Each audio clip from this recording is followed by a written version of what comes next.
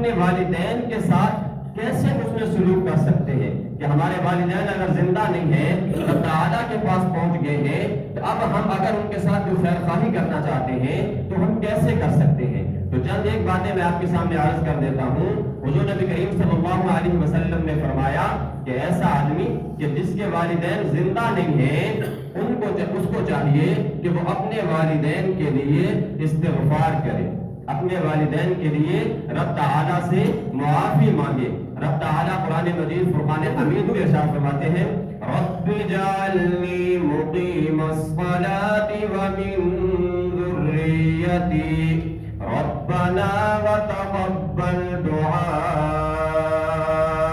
ربنا اغفر لی ولوالدی وللمؤمنین یوم یقوم الحساب۔ رب تعالیٰ ارشاد فرما رہے ہیں، رب تعالیٰ حضرت ابراہیم علیہ السلام کی دعا کو نقل کر رہے ہیں کہ حضرت ابراہیم علیہ السلام نے کس طرح دعا کی تھی۔ فرمایا کہ اے میرے رب، مجھے بھی نمازی بنا دیجئے، مجھے بھی نماز پڑھنے والا بنا دیجئے،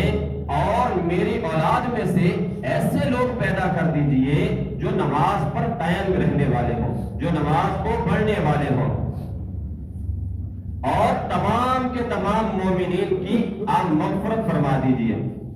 اور آگے رب تعالیٰ ارشاد فرما رہے ہیں، ربنا اغفر لی ولوالدی وللمؤمنین یوم یقوم الحساب۔ اور حضرت ابراہیم علیہ السلام فرما رہے ہیں کہ اے میرے رب، میری بھی مغفرت فرما دیجئے اور تمام کے تمام مومنین کی مغفرت فرما دیجئے۔ کس دن؟ کہ جس دن حساب کا دن ہوگا، قیامت کا دن ہوگا، تو اس دن آپ میری بھی مغفرت فرما دیجئے گا اور تمام کے تمام مومنین کی بھی مغفرت فرما دیجئے گا۔ حضرت ابو ہریرہ رضی اللہ تعالی عنہ سے روایت ہے،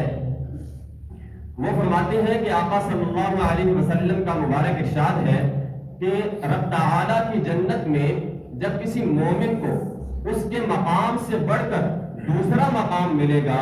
ملتا ہے تو وہ رب تعالیٰ سے یہ سوال کرتا ہے کہ یا اللہ، مجھے یہ جو جنت کا اعلیٰ مقام ملا ہے، پہلے سے بہتر ملا ہے، یہ مجھے کس وجہ سے ملا ہے؟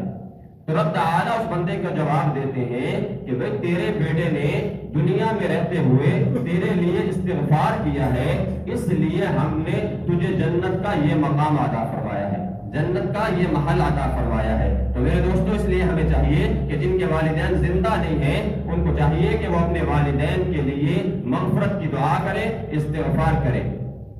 اور یہ دونوں صورتوں میں ہے، جن کے والدین زندہ ہیں اور جن کے والدین فوت ہو چکے ہیں، وہ دونوں کے لیے دعا کریں اور ان کے لیے رب تعالیٰ سے مانگتے رہیں۔ حضرت ابو ہریرہ رضی اللہ تعالی عنہ کی روایت ہے، وہ فرماتے ہیں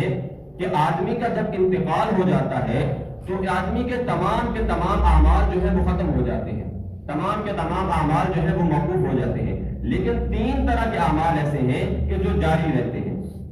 نمبر 1 پہ صدقہ جاریہ، کہ وہ کوئی ایسا صدقہ کر گیا کہ جس سے بعد کے لوگوں کو نفع ہو رہا ہے، بعد کے لوگ اس سے فائدہ اٹھا رہے ہیں، تو اس صدقہ کا اس کو ثواب ملتا رہے گا۔ نمبر 2 پہ علم جاریہ، کہ ایسا علم جو چھوڑ کے گیا، کہ ایسا مدون علم چھوڑ کے گیا کہ جس سے بعد کے لوگ جو ہے وہ فائدہ اٹھا رہے ہیں، اس سے سیکھ رہے ہیں، تو اس کا ثواب بھی اس کو پہنچتا رہے گا۔ اور تیسرے نمبر پر ارشاد فرمایا کہ نیک اولاد کا چھوڑ جانا یہ بھی آدمی کے لیے باعث ثواب ہے، کہ ایسی نیک اولاد کا چھوڑ جانا جو بعد میں نیکی کرے، جو بعد میں بھلائی کے کام کرے، جو بعد میں اچھائی کے کام کرے، تو اس کا ثواب بھی اس کو پہنچتا رہے گا۔ اس کے علاوہ اور کیا طریقہ ہے؟ فرمایا کہ جو والدین فوت ہو چکے ہیں، اگر ان کے ذمہ کوئی قرضہ ہے تو ان کے قرضہ کو ادا کرنا یہ بھی ان کے ساتھ خیر خواہی ہے، یہ بھی ان کے ساتھ نیکی ہے، یہ بھی ان کے ساتھ بھلائی ہے۔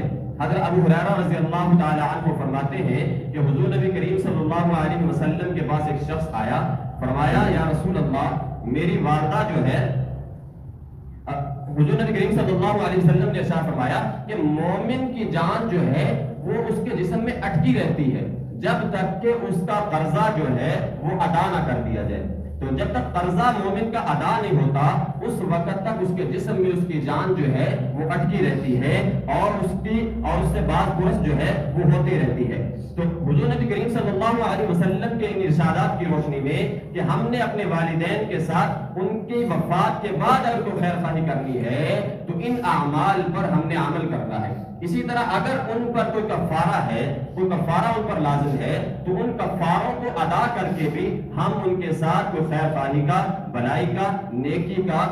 عمل کر سکتے ہیں۔ وہ کفارہ کیا ہو سکتا ہے کہ اگر ان کے ذمہ کوئی روزے باقی تھے، ان کے ذمہ کوئی قسم کا کفارہ تھا، ان کے ذمہ کوئی قتل عامد کا کوئی کفارہ تھا، تو ہم اس کفارہ کو ادا کر کے بھی اللہ رب العزت کے نزدیک ان کے درجات کو بلند کروا سکتے ہیں۔ حضرت ابو ہریرہ رضی اللہ تعالیٰ عنہ فرماتے ہیں کہ حضور نبی کریم صلی اللہ علیہ وسلم کے پاس ایک آدمی تشریف لائے اور کہا یا رسول اللہ میرے والدین، میری والدہ جو ہے وہ ان کا انتقال ہو گیا اور ان کے ذمہ رمضان کے 1 مہینہ کے روزے باقی ہیں، تو کیا میں وہ روزے رکھوں؟ تو حضور نبی کریم صلی اللہ علیہ وسلم نے ارشاد فرمایا کہ بھئی اگر ان کے ذمہ کوئی قرضہ ہوتا تو کیا تم وہ قرضہ ادا کرتے یا نہیں ادا کرتے؟ تو فرمایا کہ میں ضرور وہ قرضہ ادا کرتا۔ تو آقا صلی اللہ علیہ وسلم نے ارشاد فرمایا کہ بھئی اللہ رب العزت کا قرضہ ادا کرنا تو اس سے بھی زیادہ ضروری ہے کہ اللہ رب العزت کا جو حق ہے اس کو بھی ادا کیا جائے۔ اسی طرح اگر انہوں نے کوئی وصیت کی ہے اپنی زندگی میں آخری وقت میں،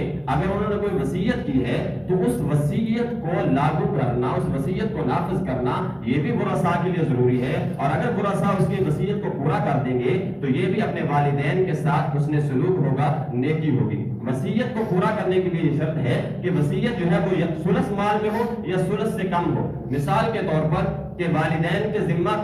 کسی آدمی کا قرض تھا اور والدین نے مرتے وقت جو ہے وہ وصیت کر دی کہ میرا فلاں پر قرض ہے، اس کو میرے مال میں سے اتنی رقم جو ہے وہ اس کو دے دینا، تو اس وصیت کو پورا کرنا